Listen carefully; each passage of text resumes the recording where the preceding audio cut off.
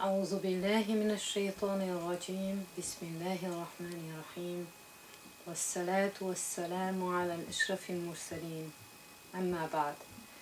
Le sujet d'aujourd'hui c'est le hadith 68 dans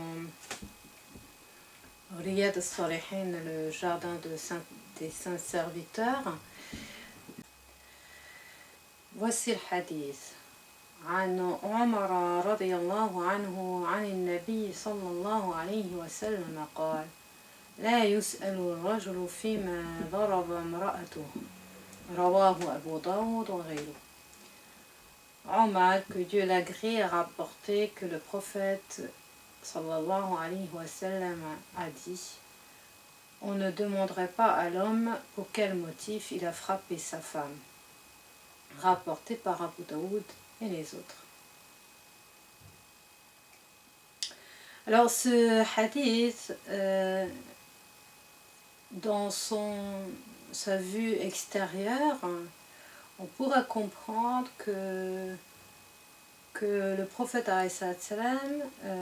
disait on ne demande pas à l'homme le motif pour lequel il a frappé sa femme, c'est-à-dire que on pourra comprendre que cet hadith dans cet hadith, le prophète il autorise quelque part l'homme à frapper sa femme et on n'aura même pas le droit de lui demander la raison. Donc si on essaie de comprendre ce hadith sorti de l'environnement de l'islam, sorti de l'ensemble de l'islam, ça devient une phrase qui est bizarre, qui est révoltant, parce qu'on pourrait le comprendre comme quoi l'homme, pas seulement il a le droit de frapper sa femme, mais on n'a même pas le droit de lui demander quelle était la raison pour laquelle il a fait ce qu'il avait fait. Alors on peut après porter ce hadith comme un drapeau, accuser l'islam et le prophète d'encouragement de violence, violence aux femmes, l'injustice commise contre la femme, etc. C'est un petit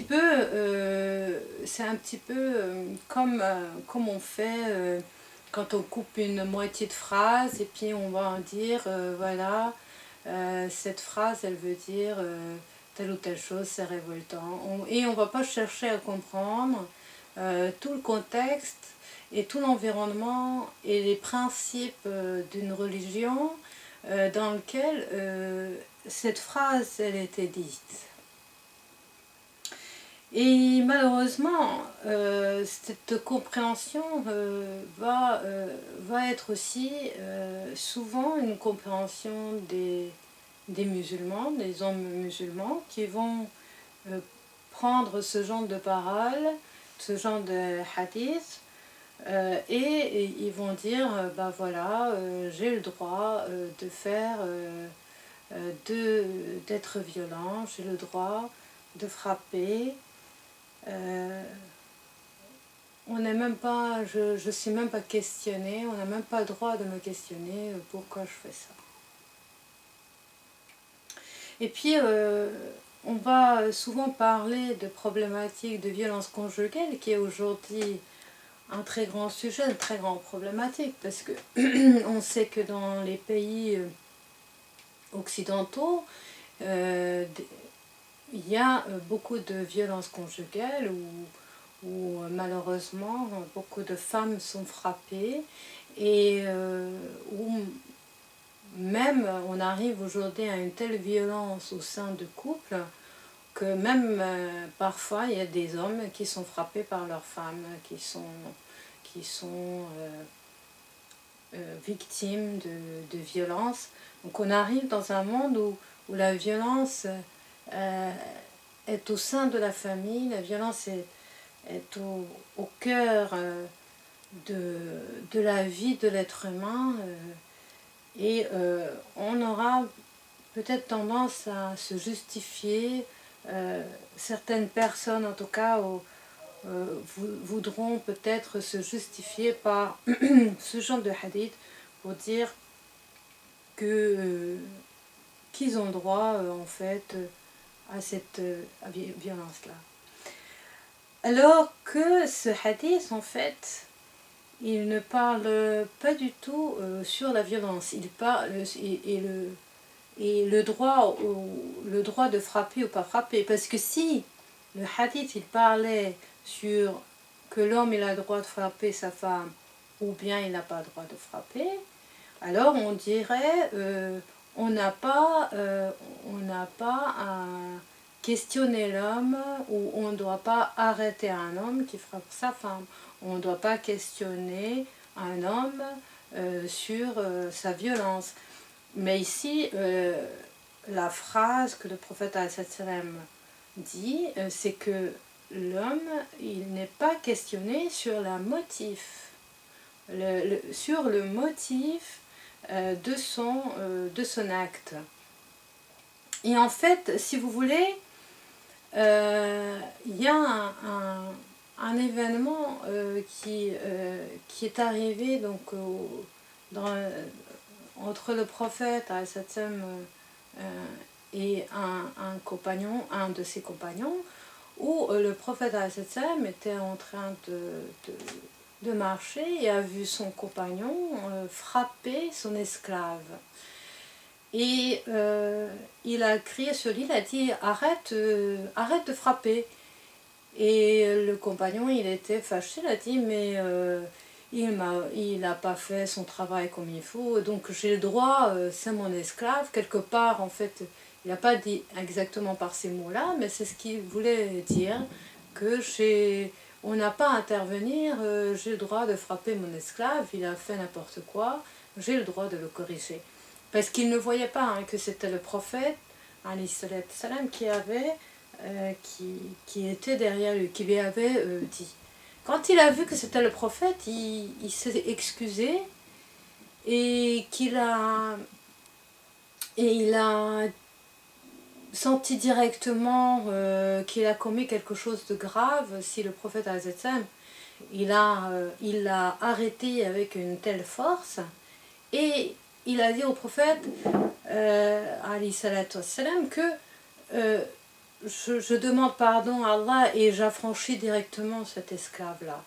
Et le prophète lui a répondu tu as bien fait, parce que si tu ne l'avais pas fait, cet acte-là, c'est-à-dire tu n'as pas affranchi ton esclave pour l'acte tout simplement qu'il l'avait frappé, j'aurais craint pour toi le feu, que le feu t'avait touché. Alors qu'ici, il y a un rapport complètement différent entre un homme et son esclave, ou bien entre un homme et sa femme. Et effectivement, le prophète n'a pas demandé le motif de ce compagnon. Il n'est pas allé le voir en disant « Mais mon ami, mon cher compagnon, pourquoi tu es en train de faire ça? Pourquoi tu l'as frappé? Quels sont tes motifs? Quelle est la raison ?» Il ne lui a pas dit ça, il lui a dit tout simplement, il a crié sur lui d'arrêter. C'est-à-dire que le prophète avait refusé d'une manière claire et nette et forte la violence commise contre un esclave. Alors comment on pourrait supposer que ce même prophète accepte, au contraire encourage la violence d'un homme commis sur sa femme? Et que Allah Ta'ala nous explique dans le Coran plusieurs fois, quand il parle de relations de couple, que il a créé de vous-même votre épouse, donc il vous a parmi ces signes,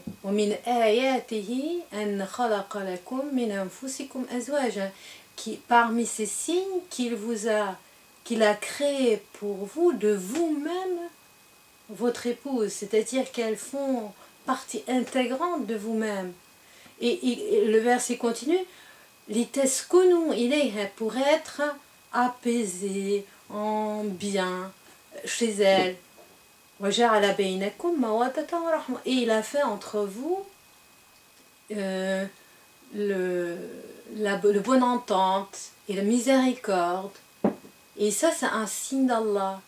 Dans un autre verset, Allah Ta'ala dit que elles sont des habits pour vous et vous êtes des habits pour eux. Et vous êtes des habits pour elles. Dans un autre verset, elles sont vos champs.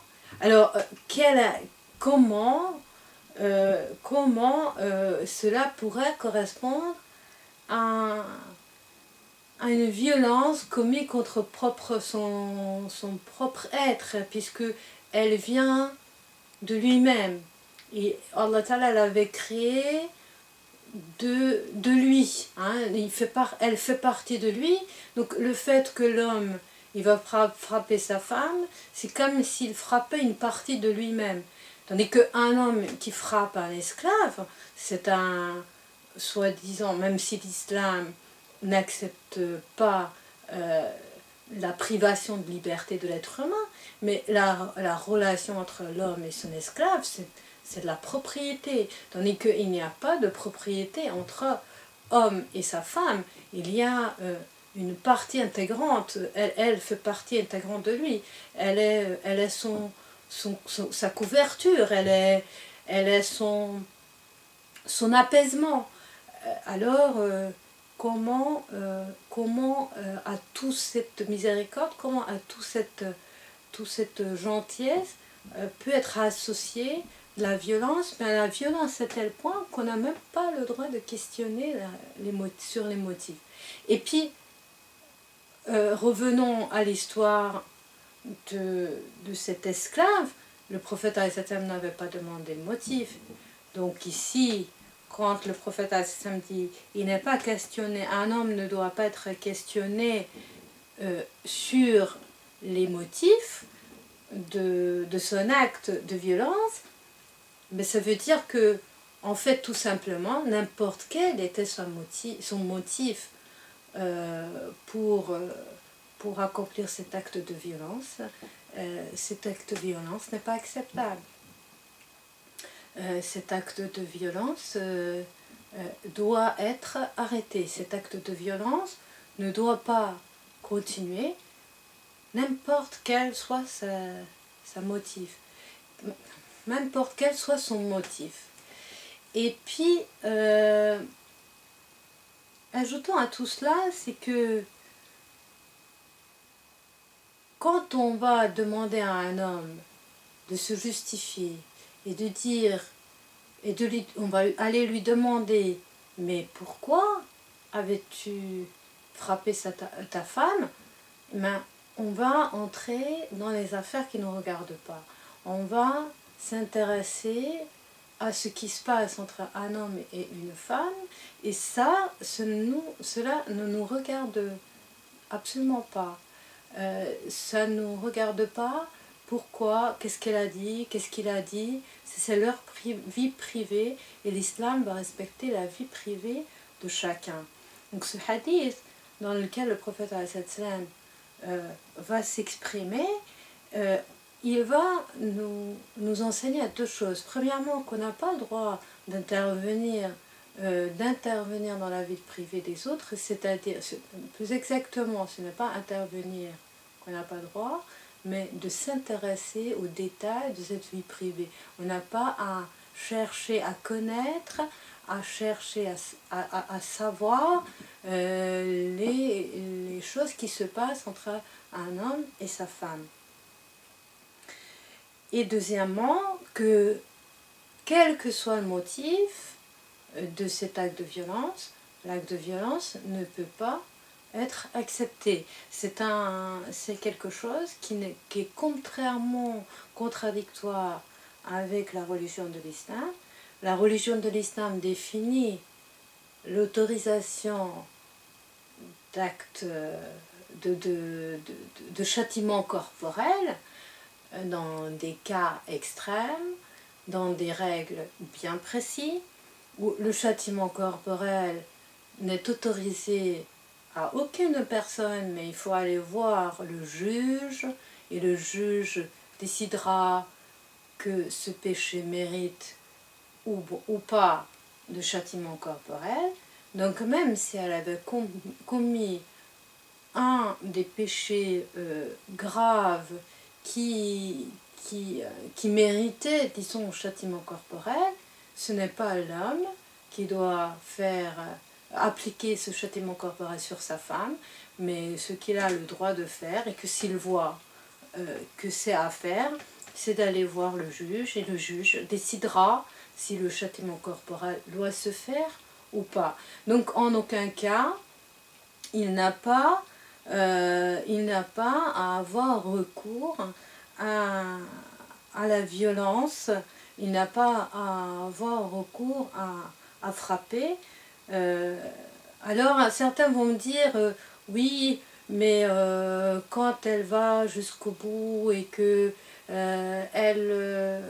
elle devient insupportable, alors il n'a pas le choix. Allah Ta'ala, il a mis dans la main de l'homme le choix, s'il voyait que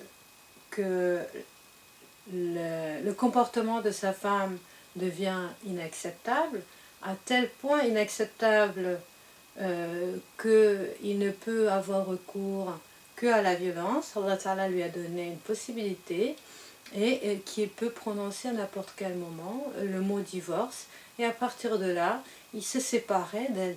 Mais il n'a aucune raison de frapper. Frapper, ce n'est pas un droit de l'homme.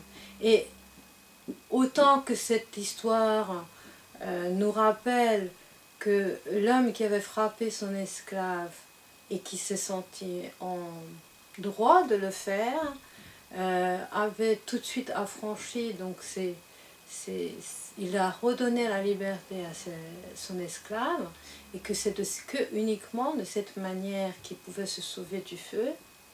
Alors, les hommes qui ont tendance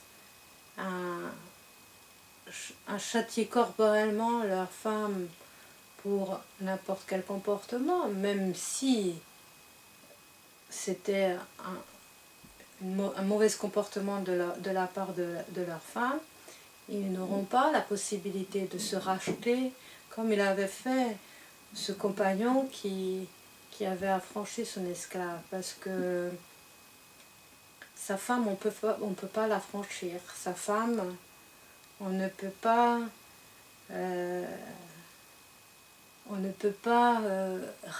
se racheter avec elle. Donc le problématique pour les hommes qui ont tendance à accomplir des actes de violence et se sont en plus en droit de le faire, c'est qu'ils portent en eux des péchés graves. Ils ne peuvent pas savoir la valeur de ce mal qu'ils ont commis, et malheureusement, même si la femme, elle avait pardonné, est-ce qu'Allah Ta'ala avait pardonné qu'on avait agi en violence sur sa créature sans droit de le faire? Il est très, très important de comprendre que c'est malheureusement un acte qui est très difficile de se débarrasser de ces traces. Et on le sait, de toute façon, Allah Ta'ala nous a mis devant nous le preuve comme quoi les traces de la violence conjugale, c'est quelque chose de très, très profond, et c'est quelque chose de très très grave, parce que un enfant qui a vu son père battre sa mère, c'est quelque chose qui va rester toujours au fond de lui. Cet acte-là va se répercuter sur toute une génération qui suit. Cet acte-là, ce n'est pas uniquement un acte de lâcheté, parce que parce que l'homme qui est plus fort, il est toujours plus facile d'appliquer, de mettre la main sur celui qui est plus faible, mais en plus, c'est un acte qui va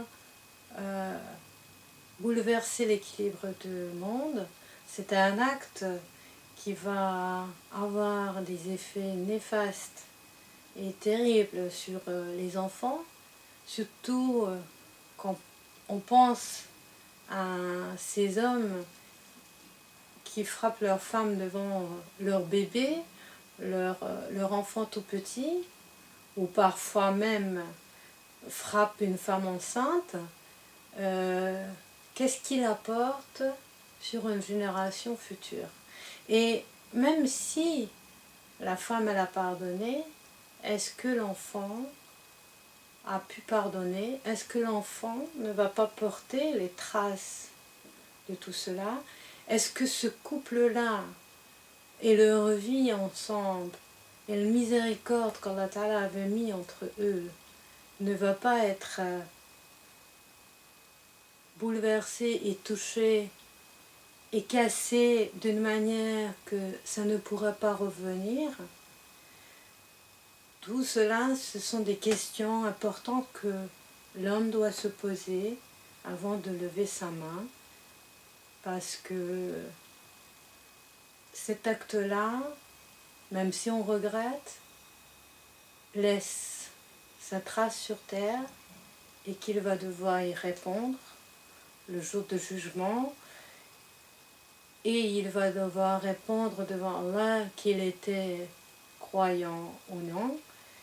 Mais s'il était croyant, il doit avoir encore plus honte de ce comportement, il doit encore plus s'éloigner de ce comportement, car Allah Ta'ala va lui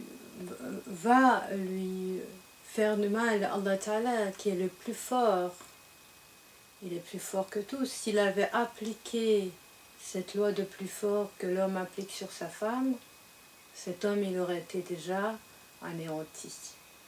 Alors réfléchissons à tout cela.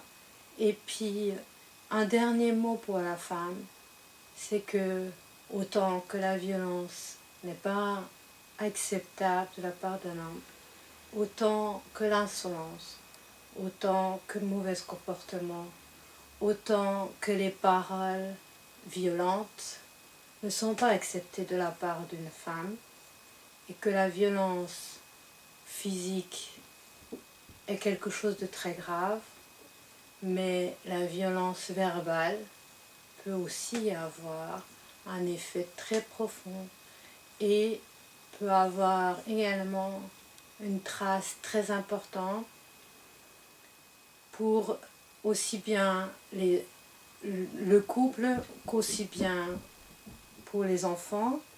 Et cette violence verbale, la femme elle maîtrise beaucoup mieux que l'homme. Donc chacun de nous a à avoir crainte de la violence, chacun de nous a à avoir crainte d'Allah et penser beaucoup de fois avant d'agir de cette manière. Wassalamun ala al-mursalin walhamdulillahi rabbil alamin.